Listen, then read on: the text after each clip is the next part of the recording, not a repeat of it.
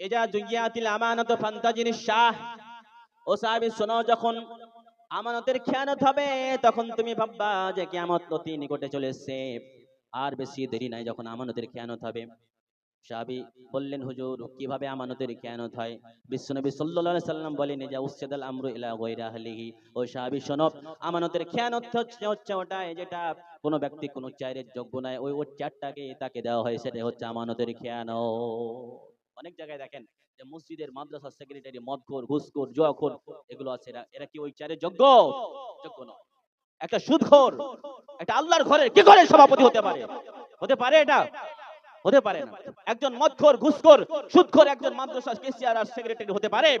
পারে না। এগুলো আমানতের খেয়ানত। একজন মূর্খ যে 3 পাস 4 পাস, যার কাছে কোনো ডিগ্রি নাই, সে কি করে প্রধানমন্ত্রী হতে পারে? ঠিক কিনা? এইগুলো হচ্ছে আমানতের খেয়ানত। মানে বোঝা যাচ্ছে আমাদের কিয়ামত আর বেশি দিন নেই। সব মূর্খ গন্ডরা দেশ চালাচ্ছে। একজন এই যে দেখেন, এই যে আমাদের গ্রামে মেম্বার প্রধান হয় না? হয়তো হয়। যে মেম্বার খুবই শিক্ষিত লোক হয় নাকি? প্রধান খুবই শিক্ষিত লোক হয় না? ওই 3 পাস, কোন রকম টিটি পাস, মানে টাইনা টুনা হয়তো 1 পাস 2 পাস করেছে, কোন রকম সিগনেচার করতে জানে, ওইরকম লোক আমাদের মেম্বার প্রধান হয়ে বসে আছে। আর ওইগুলো লোকের কাছে একটা পিএইচডি হোল্ডার, একটা এমএ পাস ছেলে, একটা এমএ পাস মেয়ে, তার কাছে সিগনেচার নিতে গিয়ে স্যার ডাকতে হয়। ঠিক কিনা? তো এইরকম লোক যখন বিশ্বনবী সাল্লাল্লাহু আলাইহি ওয়াসাল্লাম বলছেন যে যখন অজ্ঞ লোকদের, যখন চেয়ার যে লোক পাবে না, সেই লোককে মেম্বার প্রধান, তারপরে দেশের চেয়ার সামলানোর জন্য তাকে দেওয়া হবে, তখন তুমি ভাববা যে কিয়ামতের আর বেশি দেরি নেই, কিয়ামত অতি নিকটে। ওয়াল্লাযীনা হুম লিয-যাকাতি ফাঈলুন। আল্লাহু আকবার। যারা মুমিন হবে এদেরকে রব্বুল আলামিন যদি ধন সম্পদ দেন, টাকা পয়সা দেন, সোনা চাঁদি দেন, যে কোনো ধন সম্পদ দেন, আর সেই ধন সম্পদ যদি যাকাতের নিসাব পর্যন্ত পৌঁছে যায়, তাহলে তার মধ্যে থেকে মুমিন ব্যক্তিরা যাকাত বের করে দেবে। যাকাত বের করেন আপনারা? হাত তুলেন তো, কে কে যাকাত বের করেন? অনেকেই আছি যে আমরা যাকাত সম্পর্কে বুঝি না, যাকাত সম্পর্কে অজ্ঞ। যাকাত যে আমাদের উপরে কখন ফরজ হয় এটাও আমরা জানি না, অনেকেই আমরা জানি না। কিন্তু যাকাত সম্পর্কে আমাদের জানা দরকার, কারণ ইসলামের 5টি স্তম্ভ রয়েছে। কি কি কেউ বলতে পারবেন? কে বলতে পারবেন? একটু দেখেন তো, দাঁড়াও তো, কি বলো তো?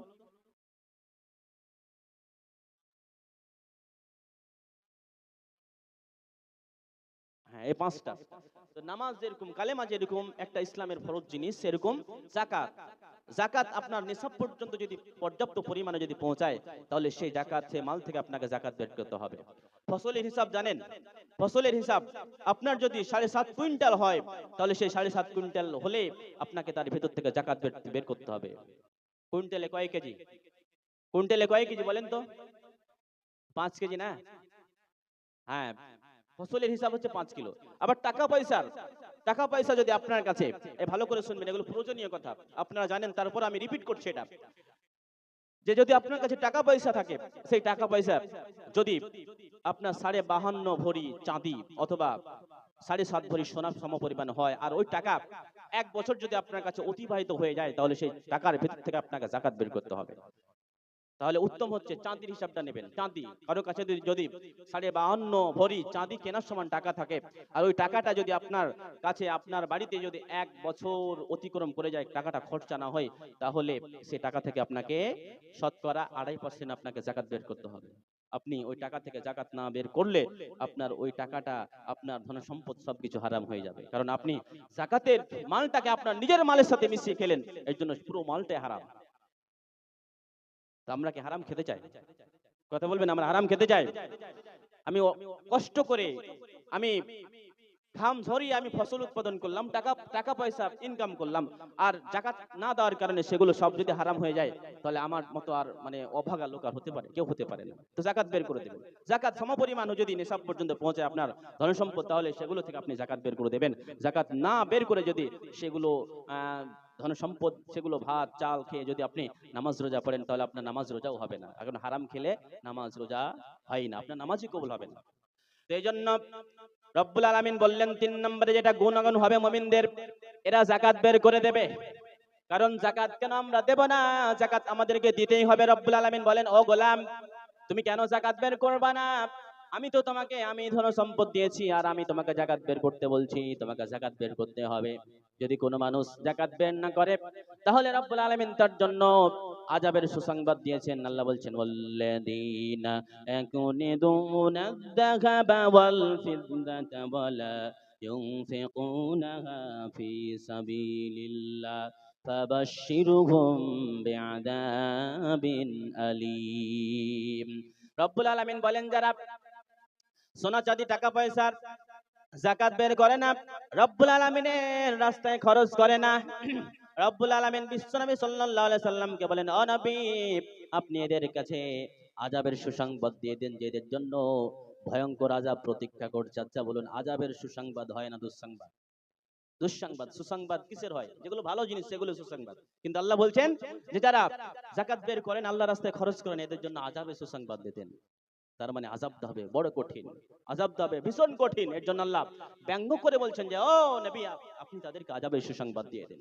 আবার পরে আয়াতে আল্লাহ বলেন যে যারা যাকাত বের করবে না, রব্বুল আলামিনের রাস্তায় খরচ করবে না, কিয়ামতের দিন রব্বুল আলামিন ওই ধন সম্পদগুলিকে আগুন আকারে বানাবেন, আগুন বানাবেন, আগুন বানিয়ে ওই বান্দার কি করবে, তার ডান পাশে বাম পাশে বুকে যেখানে সেখানে তাপ দিতে থাকবেন, ছাকা দিতে থাকবেন, আর বলবেন যে, ও গোলাম, তুমি এই পৃথিবীতে এই ধন সম্পদ জমা করে রেখেছিলা, এখন আযাব এখন ভোগ করো, মজা চাখো, এখন আনন্দ নাও। এরকম ভাবে আল্লাহ ব্যঙ্গ করে বলবেন। আবার হাদিসের মধ্যে বিশ্বনবী সাল্লাল্লাহু আলাইহি সাল্লাম বলেন, মান আতাহুল্লাহু মালান ফালাম ইউআদ্দি যাকাতাহু মুসতিলা লাহু ইয়াউমাল কিয়ামাতি শুজাআন আকরাব লাহু যাবিবাতান। বিশ্বনবী বলেন, যে ব্যক্তিকে রব্বুল আলামিন ধন সম্পদ দিলেন, আর ওই ধন সম্পদ থেকে সে যাকাত বের করলো না, রব্বুল আলামিন ওই জমাকৃত ধন সম্পদ গুলোকে টেকো সাপ বানাবেন, ভয়ঙ্কর বিষাক্ত সাপ, যার দুইটা দাগ থাকবে। টেকো সাপ একেবারে বোঝানো হচ্ছে যে ভয়ঙ্কর সাপ, বিষাক্ত সাপ, যে সাপ বানানো হবে। আর ওই সাপকে কি করবেন, রব্বুল আলামিন তার গলায় পেঁচিয়ে দেবেন। পেঁচিয়ে দেওয়ার পরে ওই সাপ আপনাকে দংশন করতে থাকবে, আপনার গালে, আপনার কপালে, আপনার যেখানে সেখানে দংশন করতে থাকবে, আর বলবে, আনা মালুকানা কানজুক, ও গোলাম শোনো, আমি হচ্ছি তোমার সেই ধন সম্পদ যা তুমি পৃথিবীতে জমা করে রেখেছিলে। খুবই মজা বোঝেন, বোঝেন মজা, খেলা বোঝেন এখন, যে আপনি যে ধন সম্পদ আপনি জমা করে রাখলেন, যে আল্লাহ রাস্তায় খরচ করলেন না, আপনি যাকাত বের করলেন না, যে আপনার ছেলে মেয়ে সেগুলো খাবে আপনি মরে যাওয়ার পর, এই এই ধন সম্পদ আপনার জন্য কিয়ামতের দিন আপনার জন্য দুশমন হবে, সাপ হয়ে যাবে। আপনাকে তখন কতই খারাপ লাগবে বলেন তো, যে এই ধন সম্পদ থেকে যদি আমি যাকাত বের করতাম, তাহলে আমার সেগুলো আজকে আমার এই যে শাস্তি হচ্ছে সে শাস্তি হতো না। জমা করা যাবে যাবে না এমনটা বলছেন আমি। ধন সম্পদ আপনি জমা করেন, কারণ তখনই সেই ধন সম্পদ হবে যার থেকে আপনি যাকাত বের করবেন না। আপনি যখন যাকাত বের করে দেবেন, আপনি অনেক ধন সম্পদ জমা করেন, আপনার জন্য কোনো ক্ষতি নাই, আপনার জন্য কোনো গুনাহ নেই, আপনি অনেক বড় লোক হন। কিন্তু বড় লোক হলে মানুষের যাকাত বের করেন, এটা করতে হবে না। বড় লোক হলে আপনার নিসাব পর্যন্ত ধন সম্পদ পৌঁছালে সেই ধন সম্পদ থেকে যাকাত বের করে দিলে আপনার জন্য আর কোনো ক্ষতি নাই। আপনি জমা করেন, অনেক জমা করেন, কিন্তু আপনি ধন সম্পদ থেকে যখনই যাকাত বের করবেন না, তখনই সেই ধন সম্পদ আপনার জন্য কিয়ামতের দিন দুশমন হয়ে যাবে। আমরা এই জিনিস থেকে যেন আমরা বাঁচতে পারি, আমরা বলি আমিন। আমরা আজ থেকে ইনশাআল্লাহ এরপরে আমরা যাকাত বের করব ইনশাআল্লাহ, বলেন ইনশাআল্লাহ। আল্লাহ আমাদের কবুল করুন, একবার বলেন আমিন। তাহলে 3 নাম্বার হয়ে গেল, যে যারা মুমিন হবে এদেরকে রব্বুল আলামিন যদি ধন সম্পদ দেন, তাহলে এর ভেতর থেকে এরা যাকাত বের করে দেবে। এরপরে 4 নম্বরে রব্বুল আলামিন বলেন, ওয়াল্লাযীনা হুম লিফুরুজিহিম হাফিযুন। আল্লাহু আকবার। 4 নম্বর গুণাগুণ হচ্ছে, যে যারা মুমিন হবে এরা নিজের লজ্জাস্থানের হেফাজত করবে। এরা নিজের লজ্জাস্থানকে স্ত্রী ব্যতীত অন্য কারো কাছে বিলিয়ে দেবে না। এরা নিজের লজ্জাস্থানের হেফাজত করবে। কিন্তু আজকে আমাদের সমাজে দেখা যায়, বিশেষ করে আমার কলিজার টুকরা যুবক ভাইদেরকে, যে এরা নিজের ইজ্জতের, নিজের লজ্জাস্থানের হেফাজত করতে পারে না। আজকে আমার কলিজার টুকরো যুবক ভাইদেরকে বলবো, ও যুবক ভাই, তুমি মুসলিম, তুমি মুমিন, তোমাকে মুমিন হতে হবে। তুমি যে তোমার নিজের লজ্জাস্থানের হেফাজত করো না, আমরা সবাই বুঝি। আজকে আমার যুবক ভাইরা প্রেমে মত্ত, অবৈধ সম্পর্কে মত্ত, বিয়ে হওয়ার পূর্বে অনেক কাজ ছেড়ে ফেলে এরা। নিজের লজ্জাস্থানে হেফাজত করে না। কিন্তু মুমিনেরা তো এমন, মুমিনদের তো এমন গুনাহগুন হবে না। মুমিনরা কি করবে? নিজের লজ্জাস্থানে হেফাজত করবে, কারণ এটা মুমিনের গুণাবলী, মুমিনের গুণ এটা। আর আমরা যে অবৈধ প্রেমে মত্ত হচ্ছি যুবক ভাই, তোমাকে কর জোর করে বলি, জোর হাত করে বলি, যুবক ভাই তুমি বিবাহ বহির্ভূত সম্পর্ক থেকে দূরে থাকো। এগুলো স্পষ্ট হারাম। তুমি বিবাহের আগে কোন মেয়ের সাথে সম্পর্ক রাখবে, এটা তোমাকে ইসলাম পারমিশন দেয় না। তুমি ফিরে আসো। কোন যুবক যদি এরকমটা করে, তাকে অতি শীঘ্রই ফিরতে হবে, কারণ এটা একবারে অবৈধ সম্পর্ক, এটা হারাম। তুমি বিবাহের আগে একটা মেয়েকে ভালোবাসবা কেন? আর ওই সমস্ত আমি যুবতী বোনদেরকেও বলবো, যারা আমার মাইকের আওয়াজ শুনতে পাচ্ছ, যে তোমরা বিবাহের পূর্বে তোমার একটা অন্য একটা গায়ের মহরিম ছেলেকে তুমি ভালোবাসবা কেন? ওর সাথে কথা বলবা কেন? ওটা তো হারাম। তোমার জন্য এগুলো বৈধ হবে না। আমাদেরকে এগুলো বুঝতে হবে যুবক ভাই। যুবক ভাই, এগুলো থেকে ফিরে আসো। তোমার যদি এরকমটা কোনো মেয়েকে ভালোবাসতে ইচ্ছা করে, তার সাথে প্রেম করার ইচ্ছা করে, তুমি বিয়ে করো। বিয়ে করে তার সাথে খুব প্রেম করো। বিয়ের পরে যত প্রেম করবা তত বেশি নাকি। কিন্তু বিয়ের আগে তুমি যদি কোনো মেয়ের সাথে ভালোবাসা করো, প্রেম করো, তাহলে তোমার জন্য গুনাহ হবে। এটা থেকে তোমাকে বিরত থাকতে হবে। ইনশাআল্লাহ আমরা চেষ্টা করব তো ইনশাআল্লাহ। তো আমাদেরকে রব্বুল আলামিন বললেন যে যারা মুমিন হবে এরা নিজের লজ্জাস্থানে হেফাজত করবে। কিন্তু আমরা লজ্জাস্থানে হেফাজত করতে পারি না। আমরা অবৈধ সম্পর্কে জড়িয়ে যাই, যেখানে যাই শুধু অবৈধ সম্পর্ক দেখতে পাই। স্কুল, কলেজ, পার্কে যেখানে যাই শুধু অবৈধ সম্পর্ক। আজকে যুবক ভাইরা সারা রাত্রি মোবাইল ফোনে কথা বলে, সারা রাত্রি কাটিয়ে দেয় মোবাইল ফোনে কথা বলতে বলতে। এরা পুরো রাত কাটিয়ে দেয়। এই রাত কাটাতে গিয়ে যুবক ভাইরা আমার ইহকাল এবং পরকাল উভয়টাই নষ্ট করছে। ইহকালে পারে না ভালোভাবে এস্টাবলিশড হতে, কারণ একজন যুবক যদি পড়াশোনা করে, ডিগ্রি অর্জন করে, আর যদি ও সারা রাত যদি মোবাইলে কথা বলে, ওর পড়া হবে? পড়া হয়ে গেছে, পড়া হবে না। তো তখন সে ভালো না রেজাল্ট করতে পারবে না, একটা ভালো চাকরি পাবে। এই ইহকালে এই নিজের জীবনটা নষ্ট করলো, এবং পরকালে সে গুনাহগার হচ্ছে, মানে গুনাহগার হচ্ছে, ওর জন্য গুনাহ হচ্ছে। তো যুবক, তোমাকে এগুলো থেকে ফিরে আসতে হবে। তোমাকে এগুলো করতে হবে না। তোমাকে বিবাহ বহির্ভূত সম্পর্ক রাখতেই হবে না।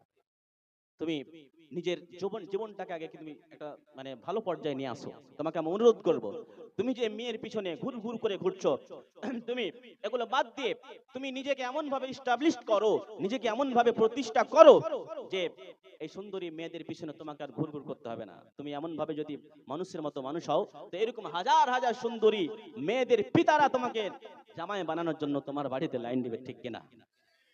এরকম যুবক তোমাকে হতে হবে। তোমাকে এগুলো কাজ ছেড়ে দিতে হবে, যে পড়াশোনা এমন দিতে হবে, তোমাকে এস্টাবলিশড হতে হবে। তুমি এস্টাবলিশড হয়ে গেলে তোমাকে আর চিন্তা করতে হবে না। তোমার অনেক বউ চলে আসবে তোমাকে। একবার বউ তো একটাই নিবা তুমি, তো অনেক সুন্দরী সুন্দরী মেয়ের বাবারা তোমার কাছে তোমাকে জামাই বানানোর জন্য আসবে। তো তোমাকে সাবধান থাকতে হবে এগুলো থেকে। তোমাকে এই পড়াশোনাতে তুমি মন দাও, তুমি এগুলো কাজ ছেড়ে দাও। আজকে শুধু যুবকদেরই বলছি এমনটা নয়, অনেক আমরা বয়স্ক যারা মানুষ রয়েছে, এরা হয়তো যাদের বিয়ে হয়ে গেছে, এই বিবাহিত পুরুষ, বিবাহিতা নারীরাও আজকে প্রেমে মত্ত। এই যে পরকীয়া প্রেমটা এমন ভাবে ভাইরাস আকারে ছড়িয়েছে, যে বলা শেষ নয়। বলার কথা কি বলবো, কিছুদিন থেকে হয়তো 1-2 বছর থেকে এই পরকীয়া প্রেম এত বেড়েছে, যে মোবাইল খুললেই দেখতে পাওয়া যায় যে এই গাছের সাথে যুবক যুবতীকে বাধা রয়েছে। বলছে যে এই অমুকের স্ত্রী অমুকের সাথে কট খেয়েছে। দেখেছেন না মোবাইল অনেকে? মানে মোবাইলে দেখবেন যে পিলারের সাথে গাছের সাথে দুইজনকে বাধা আছে, আর ক্যাপশনে লিখে দিয়েছে যে অমুকের স্ত্রী অমুকের সাথে কট খেয়েছে। আরো বিভিন্ন রকমের ক্যাপশন দেয়, আর একটা সুন্দর একটা গান সেট করে দেয় ওখানে। একটা খুবই একটা গান বলবো না আমি, গান যেহেতু বলা যাবে না, তো একটা গান সেট করে দিয়ে এগুলো ফেসবুকে ভাইরাল করে দেয়। এই যে পরকীয়া প্রেম এত হারে বাড়ছে, এগুলো আমি অনুরোধ করব, এগুলো থেকে আমাদের বিরত থাকতে হবে। আর যারা বিশেষ করে প্রবাসী, যারা যারা পরিযায়ী শ্রমিক, এদের সাথে এগুলো বেশি ঘটছে। আমি অনুরোধ করব যে প্রিয় ভাই, যারা বাইরে খাটতে যাচ্ছ, তোমরা বেশি দিন করে বাইরে থেকো না। তুমি তোমার 1000 টাকা খরচা হবে আসতে যেতে, বা 2000ই খরচ হলো, তুমি কিছুদিন পর পর এসে তোমার স্ত্রীর সাথে দেখা করে যাও। এই দেখা করে গেলে তোমার এই পরকীয়া প্রেম তোমার স্ত্রী অন্য কারোর সাথে করতে যাবে না। এই যে যখন আমার যুবক ভাইরা যখন পরিযায়ী শ্রমিক হয়ে যায় বা বাইরে চলে যায়, অনেক দিন বছরকে বছর থেকে যায়, তখন স্ত্রী একটা সুযোগ পেয়ে যায়, বা নারীরও তো মন আছে, মানে ওরা তখন এই জিনিসটাকে খারাপ কাজে লাগিয়ে দেয়। তো ওদের অনুরোধ করব যে সময় সময় বাড়ি এসে স্ত্রীর সাথে দেখা করে যাও। এটা করলে তোমার স্ত্রী এদিক ওদিক দেখবে না। এটা একটা। দ্বিতীয়, যে আমাদের সবাইকে যেটা আমাদের নজরের হেফাজত করতে হবে, চোখের হেফাজত।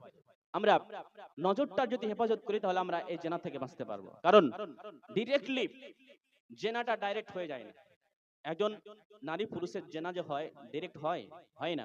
প্রথমে কিসে চোখে চোখে কথা হয়, চোখে চোখে ইশারা কথা হয়, তারপরে কাছে যাওয়া স্পর্শ, তারপরে জেনা সংগঠিত হয়। তো প্রথমে আমাদের যেটা লক লাগাতে হবে সেটা হচ্ছে চোখ।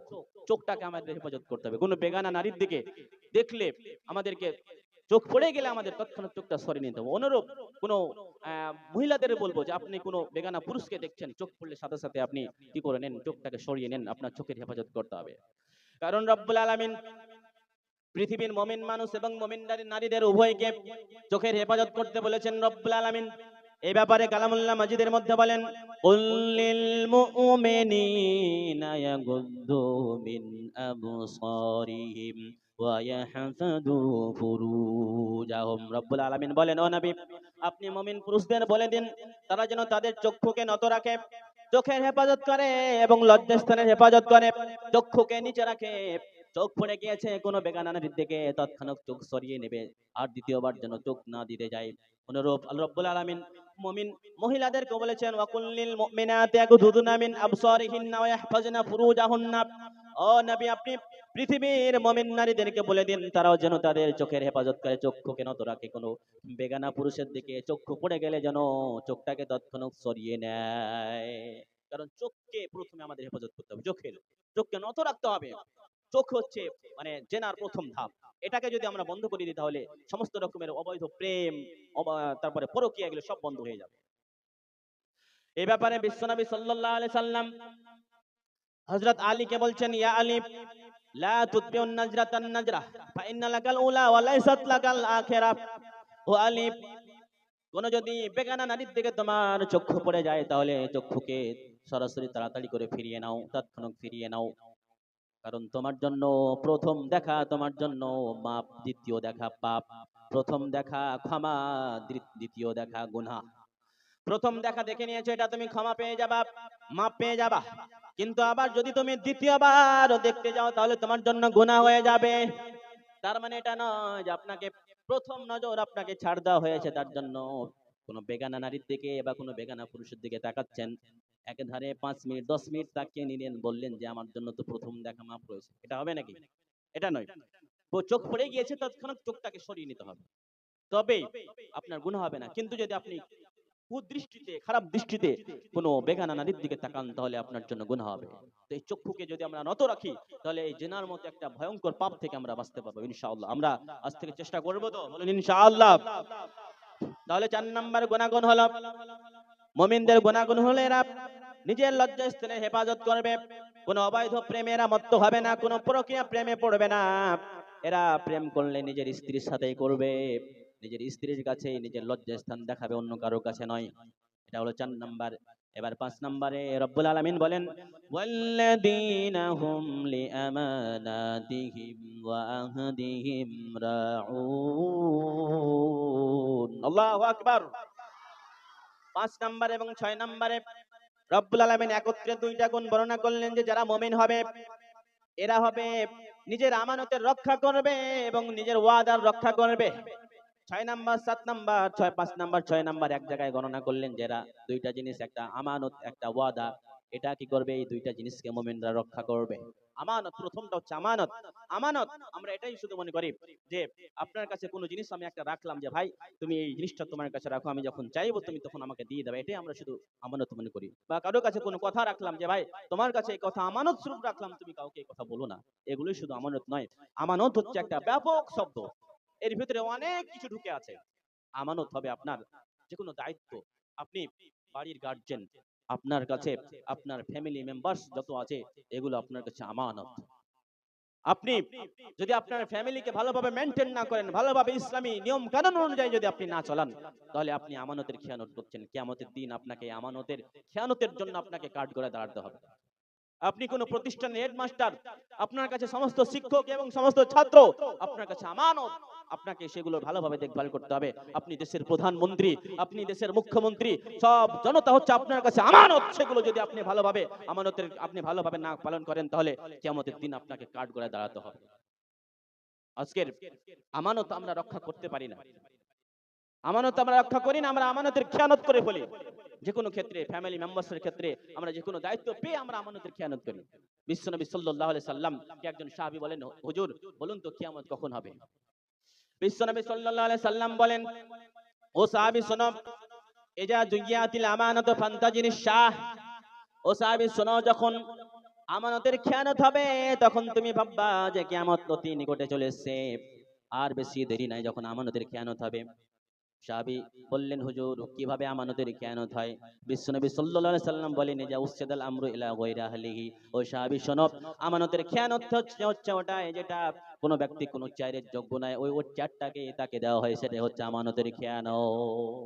অনেক জায়গায় দেখেন যে মসজিদের মাদ্রাসার সেক্রেটারি মদখোর, ঘুষখোর, জুয়াখোর এগুলো আছে, এরা কি ওই চাইরের যোগ্য? যোগ্য নয়। একটা সুদখোর, একটা আল্লাহর ঘরের কি করে সভাপতি হতে পারে? হতে পারে? এটা হতে পারে না। একজন মদখোর, ঘুষখোর, সুদখোর একজন মাদ্রাসা কেসিয়ার আর সেক্রেটারি হতে পারে? পারে না। এগুলো হচ্ছে আমানতের খেয়ানত। একজন মূর্খ যে 3 পাস 4 পাস, যার কাছে কোনো ডিগ্রি নাই, সে কি করে প্রধানমন্ত্রী হতে পারে? ঠিক কিনা? এইগুলো হচ্ছে আমানতের খেয়ানত। মানে বোঝা যাচ্ছে আমাদের কিয়ামত আর বেশি দিন নেই। সব মূর্খ গন্ডরা দেশ চালাচ্ছে। একজন, এই যে দেখেন, এই যে আমাদের গ্রামে মেম্বার প্রধান হয় না? হয়তো হয়। যে মেম্বার খুবই শিক্ষিত লোক হয় নাকি? প্রধান খুবই শিক্ষিত লোক হয় না? ওই 3 পাস, কোন রকম টিটি পাস, মানে টাইনা টুনা হয়তো 1 পাস 2 পাস করেছে, কোন রকম সিগনেচার করতে জানে, ওইরকম লোক আমাদের মেম্বার প্রধান হয়ে বসে আছে। আর ওইগুলো লোকের কাছে একটা পিএইচডি হোল্ডার, একটা এমএ পাস ছেলে, একটা এমএ পাস মেয়ে, তার কাছে সিগনেচার নিতে গিয়ে স্যার ডাকতে হয়। ঠিক কিনা? তো এরকম লোক যখন বিশ্বনবী সাল্লাল্লাহু আলাইহি ওয়াসাল্লাম বলছেন যে যখন অজ্ঞ লোকদের, যখন চেয়ার যে লোক পাবে না সেই লোককে মেম্বার প্রধান, তারপরে দেশের চেয়ার সামলানোর জন্য তাকে দেওয়া হবে, তখন তুমি ভাববা যে কিয়ামতের আর বেশি দেরি নেই, কিয়ামত অতি নিকটে চলে এসেছে। তো প্রিয় শ্রোতা মণ্ডলী, আমাদের খেয়ানত আমাদের কাছে প্রতিটা ক্ষেত্রে হয়। তাহলে আমরা এখানে যতগুলি আছি মানুষ, আমরা কেউ প্রধানমন্ত্রী নয়, কেউ মুখ্যমন্ত্রী নয়, কেউ এমপি এমএলএ কিছুই নয়। আমরা সাধারণত সবাই এখানে যারা আছি আমরা ফ্যামিলি মেম্বার্সের নেতা। ঠিক কিনা? আমরা সবাই গার্জেন, তো সবাই আমরা গার্জেন। তো আমাদের একটা চেষ্টা করতে হবে যে আমাদের খেয়ানত যেন না হয়, যে আমাদের ফ্যামিলিটাকে যেন আমরা ভালোভাবে সামলাতে পারি। কারণ ফ্যামিলিকে যদি আপনি ভালোভাবে না সামলাতে পারেন, আপনি ফ্যামিলিকে যদি ইসলামী তরিকায় নিয়ম কানুন অনুযায়ী আপনি চলাতে না পারলেন, তাহলে আপনার প্রতি যে দায়িত্ব ছিল সেই দায়িত্ব আপনি অমান্য করলেন, সেই দায়িত্ব আপনি পালন করতে পারলেন না, এর ফলে আপনি আমানতের খেয়ানত করলেন, এর ফলে আপনাকে কিয়ামতের দিন কাঠগড়ায় দাঁড়াতে হবে। তো আমরা চেষ্টা করব যেন আমাদের দ্বারা কোনো আমানতের খেয়ানত না হয়। কারণ আমানতের যে খেয়ানত করবে এরা মুসলমান হতে পারে না। এদেরকে হাদিসের ভাষায় বলা হয় মুনাফিক। কি বললাম? মুনাফিক। মুনাফিক মুমিন হতে পারে না। বিশ্বনবী সাল্লাল্লাহু আলাইহি সাল্লাম বলছেন, আয়াতুল মুনাফিকি সালাসাতুন। মুনাফিকদের আলামত হচ্ছে 3টা। যখন সে কথা বলবে তখন মিথ্যা কথা বলবে, 1। 2 নাম্বার, যখন সে ওয়াদা করবে ওয়াদার খেলাপ করবে। 3 নাম্বার, যখন তার কাছে কোনো জিনিসের আমানত রাখা হবে আমানতের খেয়ানত করবে। এইগুলো যদি কোনো মানুষ করে তাহলে সে মুমিন নয়, সে কি? মুনাফিক। 5 নাম্বারটা হয়ে গেল। এবার 6 নাম্বার, ওয়াহদিহিম। ওয়াদা রক্ষা করবে যারা মুমিন হবে। এরা কারোর সাথে কোনো ওয়াদা করলে এরা ওয়াদার খেলাপ করবে না, ওয়াদা রক্ষা করবে। কিন্তু আজকে আমাদের নেতারা মুসলিম হোক আর অন্য কোনো ধর্মের হোক, ওয়াদা ভরি ভরি ওয়াদা করে, আর সেই ওয়াদাগুলো একটাও পালন করে না। ঠিক কিনা? ভোটের সময় নানান ওয়াদা করে যায় যে এ করেঙ্গে ও করেঙ্গে, সব কুছ কর দেঙ্গে। যখন জিতে গেল, মানে আপনা কাম বান্তা ভাড় মে যায় জনতা। ঠিক কিনা? অনেক এরকম নেতা নেত্রী আছে যে ওয়াদার পরে ওয়াদা, ওয়াদার পরে ওয়াদা করে যায়, যেটা দেবো ওটা দেবো, ওটা করবো ওটা করবো। ভোট শেষ, ভোটে জিতে গেল, তারপরে সব ঘুমিয়ে গেল। এরকম নেতা আছে না? নাই? আছে। এরকম ওয়াদা করে, এরকম ওয়াদা যারা ভঙ্গ করে এরা মুমিন হতে পারবে না। আমাদের যারা তো অন্য ধর্মের লোক, ওরা আবার এগুলো কি বুঝে? এরা তো বুঝবে না। আমাদের মুসলমানদের মধ্যে অনেক নেতা আছে না? আছে না? অনেক নেতা আছে আমাদের পশ্চিমবাংলাতেও বড় বড় নেতা মুসলিমদের মধ্যে আছে। ওরাও তো কোনো ভাষণে গিয়ে ওয়াদা করে, যেটা করব তোমাদের জন্য, ওটা করব, আমাকে ভোট দাও। ভোটের পরে সব ভুলে যায়, ওয়াদার খেলাপ করে। তো এগুলো মুমিন নয়, এরা কি? মুনাফিক। আগের হাদিস শোনালাম যে যারা ওয়াদা খেলাপ করে, যারা ওয়াদা পালন করে না, এরা মুমিন নয়, এরা হচ্ছে মুনাফিক। তাহলে 5 নাম্বার এবং 6 নাম্বার, আমানত এবং ওয়াদা আমাদেরকে রক্ষা করতে হবে। আজ থেকে আমরা এগুলো রক্ষা করার চেষ্টা করব। তো বলেন ইনশাআল্লাহ। আল্লাহ আমাদের সবাইকে কবুল করুন, বলি আমিন। এরপরে 7 নম্বরে এটা রব্বুল আলামিন বলেন ওয়াল্লাযীনা হুম আলাস সালাওয়াতিহিম ইউহাফিযুন। 7 নাম্বার হচ্ছে মুমিনরা কি করবে? নামাজের হেফাজত করবে। এরা নামাজ ছেড়ে দেবে না, নামাজের কামাই দেবে না। সব জিনিস ছুটে যায় কিন্তু নামাজ যেন না ছুটে, এরকমটা মনে করবে। কিন্তু এখানে আমরা যারা বসে আছি, আমরা বেশিরভাগ লোক বেনামাজি। আমরা নামাজ পড়ি না। কিছু কিছু লোক নামাজি আছে, আবার অনেকেই বেনামাজি। বেনামাজি হয়ে আপনি পৃথিবী ছাড়লে আপনার আপনি কাফির হয়ে পৃথিবী থেকে গেলেন, আপনার কোনো দাম থাকবে না, আপনাকে সরাসরি জাহান্নামে যেতে হবে। এই জন্য আমাদেরকে নামাজের হেফাজত করতে হবে। নামাজ আমরা যেখানে থাকি না কেন, আমাদের নামাজ পড়তে হবে। নামাজ যতক্ষণ পর্যন্ত আমার আপনার ভেতরে রূহ থাকবে, ততক্ষণ পর্যন্ত নামাজের মাপ নাই। আপনি দাঁড়িয়ে নামাজ পড়তে পারেন না, আপনাকে বসে নামাজ পড়তে হবে। আপনি বসে পড়েন না, আপনাকে শুয়ে শুয়ে সারাতে পড়তে হবে। কিন্তু নামাজ যতক্ষণ পর্যন্ত আপনার ভেতরে রূহ রয়েছে, ততক্ষণ পর্যন্ত নামাজের মাপ নাই। তো নামাজের হেফাজত আমাদের করতে হবে, নামাজ পড়তে হবে প্রিয় ভাই। নামাজ না পড়লে আমরা মুসলমানে যেহেতু থাকবো না, সেজন্য আমাদের নামাজটা অতি প্রয়োজন ভাই। নামাজ পড়তে হবে। নামাজ না পড়লে আমরা মুসলমান নয়। আমরা কি করে মুমিন হতে পারবো? আমরা তো সবাই আমরা নিজেকে মুমিন দাবি করি যে আমরা মুমিন, আমরা মুসলমান। আর এই নামাজ যদি আমাদের ভিতরে না থাকে, এটা দাবি করা আমাদের বৃথা। আমাদের নামগুলো শুধু মুসলমানের হয়ে গেলে মুসলমান হওয়া যাবে না। আমরা মুসলমানের ঘরে শুধু জন্ম হলেই যে মুসলমান হওয়া যাবে এমনটা নয়। আমাদের মুসলমান হওয়ার জন্য কাজ করতে হবে, কাজ করে দেখাতে হবে, তারপরে আমরা মুসলমান হতে পারবো। শুধু মুখে দাবি করলে মুসলমান হওয়া যায় না। প্রিয় শ্রোতা মণ্ডলী, আমাদের নামাজের হেফাজত করতে হবে। এই সাতটি গুণ যদি কোনো বান্দার ভিতরে থাকে, আল্লাহ পাক রব্বুল আলামিন বলেন যে এই সাতটি গুণ যার ভিতরে থাকবে, যেরকম পিতা মরে যাওয়ার পরে সন্তানরা তার সম্পত্তির ওয়ারিশ হয়, সেরকম এই সাতটি গুণ যার ভিতরে থাকবে, সে ব্যক্তি জান্নাতুল ফিরদাউসের ওয়ারিস হয়ে যাবে। একবার বলি সুবহানাল্লাহ। আমাদের সবারই জান্নাত চাই তো, সবার জান্নাত চাই। এই জন্য আমার সাথে একবার দোয়া পড়বেন, বলুন আল্লাহুম্মা ইন্নী আসআলুকাল জান্নাতাল ফিরদাউস। আল্লাহুম্মা ইন্নী আসআলুকাল জান্নাতাল ফিরদাউস। আল্লাহুম্মা ইন্নী আসআলুকাল জান্নাতাল ফিরদাউস। এই দোয়াটা আপনাদের সামনে আমি 3 বার পড়ালাম এই কারণে, বিশ্বনবী সাল্লাল্লাহু আলাইহি সাল্লাম বলেন, কোন ব্যক্তি যদি দিনে 3 বার অথবা 7 বার রব্বুল আলামিনের কাছে জান্নাত চায় যে ও রব আমাকে জান্নাত দাও, তাহলে জান্নাত রবের কাছে নিজেই বলে, ও রব এই ব্যক্তি আমাকে চেয়েছে, তুমি তাকে আমার ভিতরে প্রবেশ করাও। বলুন সুবহানাল্লাহ। কে বলে আপনার জন্য? কে বলে? জান্নাত। আপনি জান্নাত চাইলেন আল্লাহর কাছে, আর আপনি তো চাইলেন, এবার আপনার হয়ে কে চাইবে আল্লাহর কাছে? বলেন। আল্লাহ জান্নাত আল্লাহকে বলবে, আল্লাহ ওই ব্যক্তি আমাকে চেয়েছে, তুমি আমার ভিতরে তাকে প্রবেশ করাও।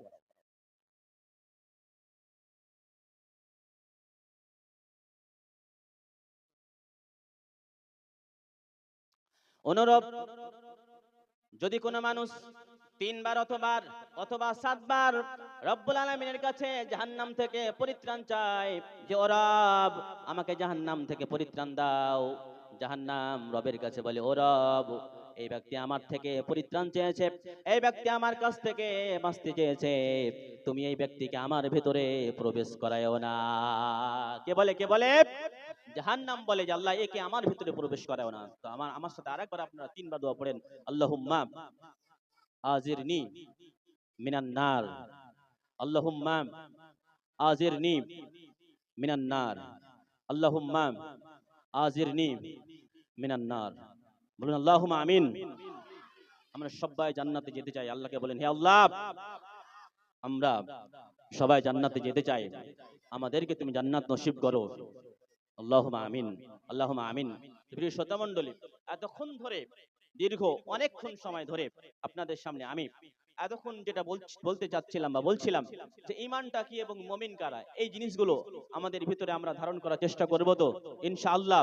আজকে থেকে আমরা যতগুলো এখানে কথা শুনলাম, এই কথাগুলোর প্রতি আল্লাহ তাবারক ওয়া তাআলা যেন আমাদেরকে আমল করার তৌফিক দেন। আমরা বলি আমিন।